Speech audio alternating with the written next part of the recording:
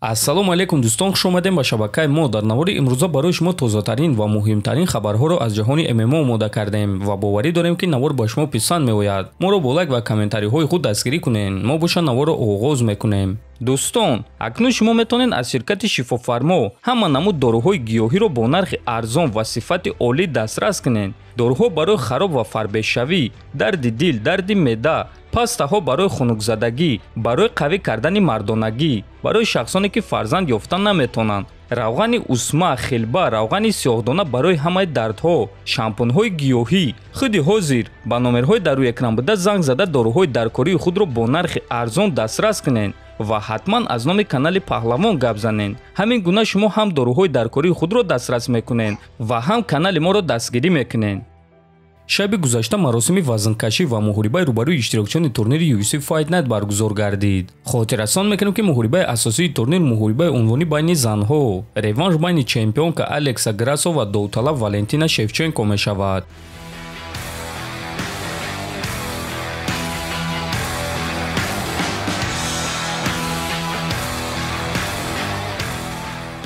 дуюм муҳорибаи асосии турнир бошад муҳорибаи шавқовар дар вазни нимёна байни Кевин Холланд ва Ҷек Маддалена хоҳад шуд.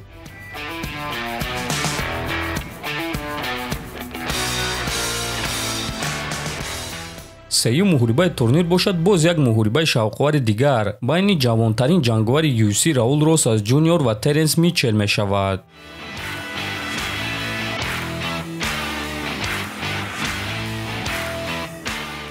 турнир аллакай имшаб, аниқтара шаби 16 ба 17 сентябр аз соати 2:00 ба вақти Москва ва 4:00 ба вақти Душанбе оғоз мегардад. муҳорибаҳои асосии турнир бошад аз соати 5:00 ба вақти Москва ва 7:00 ба вақти Душанбе оғоз мегардад. ссилка бепули пахши мустақими ин турнирро дар телеграм канали мо Паҳлавон теҷа пайдо карда метавонед. ҳамчунин дар ҳол баъди анҷом расидани турнир мо муҳорибаҳои пурраро дар телеграм канали худ мегузорем ва касоне ки кор доштанд ё ин ки дар хоб мондан метавонанд рӯзона дар дилхоб вақти худ дар телеграм канали мо ин муҳорибаҳоро тамошо кунед. ссилкаи телеграм канали Паҳлавон теҷа дар описанияи ҳамин навор.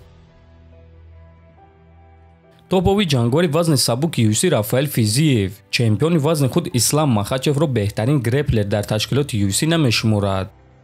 агар мо оиди греплери ҳақиқӣ гап занем, пас Ислам беҳтарин греплер дар UFC нест. ман фикр мекунам, ки беҳтарин греплер дар UFC Демиен Майя ва Чарлз Оливера аст. Ислам ҳатто гӯштингири озод нест. ӯ намояндаи самбои размӣ аст ва ин чиз каме дигар гуна аст. ӯ дар замин рақибро хуб идора мекунад вақте ки худаш аз боло аст. аммо мо ӯро ягон маротиба аз поён дидагӣ нестем. танҳо дар муҳориба зидди Волкановский дидем. Ислам аз боло хуб аст, аммо дар умум гирем агар, пас Майя ва Оливера ҳамчун греплер беҳтаринанд, ба шарте ки мо якум муҳорибаи Ислам ва Оливераро фаромӯш кунем. ман фикр мекунам, ки ҳатто Матеуш Гамрот ҳамчун гӯштингир аз Ислам зӯртар аст. стилҳои ҳар дуи онҳо хеле монанд аст. барои ҳамин муҳориба зидди Гамрот барои ман визифи калон аст. оё ман гӯштингири сахтро ман карда метавонам ё не? агар ки ман Гамротро ман карда натавонам, агар ки ӯ маро шикаст диҳад, пас ман мефаҳмам, ки гӯштини ман суст аст ва ман бояд ки ин чизро ислоҳ кунам.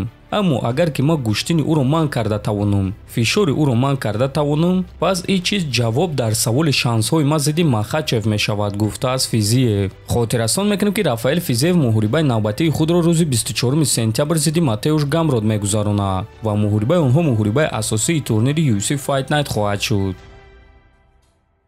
яке аз ситораҳои калони UFC Ҳамзат Чимаев чемпиони пешинаи UFC Ҳабиб Нурмагомедовро танқид кард, ки ӯ дар зали худ иҷозат додааст, ки рақиби Ҳамзат Пауло Коста тамрин кунад. Чимаев ин аксҳои Пауло Костаро дар твиттери худ нашр карда чунин суханҳо навишт: зали Кибиб машааллоҳ, бародари мусалмони ман ба ҳама кӯмак мекунад. аз ӯ хоҳиш кун, ки ба ту кӯмак кунад ва шояд ки ӯ ба ту кӯмак карда тавонад. аммо дар ҳама ҳолат ман туро мешиканам, Павлович, навиштааст Чимаев. чӣ гуна ки дар ин аксҳо дида мешавад, Пауло Коста дар Дубай дар зали Ҳабиб ҷим тамрин гузаронида истодааст. ва дӯстон, аз ин ҷо гуфта мешавад, ки бадбинӣ байни Ҳамзат ва дастаи Ҳабиб Нурмагомедов ҳоло ҳам давом дорад. охирон маротиба Ҳамзат бо дастаи Ҳабиб дар Абудаби вохӯрда буданд ва дар ҳамон ҷо Ҳамзат ва Абубакр занӯзанӣ карда буданд ва акнун боз онҳо ҳамаашон дар Абудаби вомехӯранд. дастаи Ҳабиб барои Ислам Махачевро дастгирӣ кардан меоянд, а Ҳамзат боша зидди Пауло Коста муҳориба мегузаронад. ба фикри шумо дӯстон, дӯстон, ин вохӯрии онҳо чӣ гуна мегузарад? Фикротонро нависен, ҳатман дар канали мо обуна шавен, то боздид хонободу сарбаланд бошен.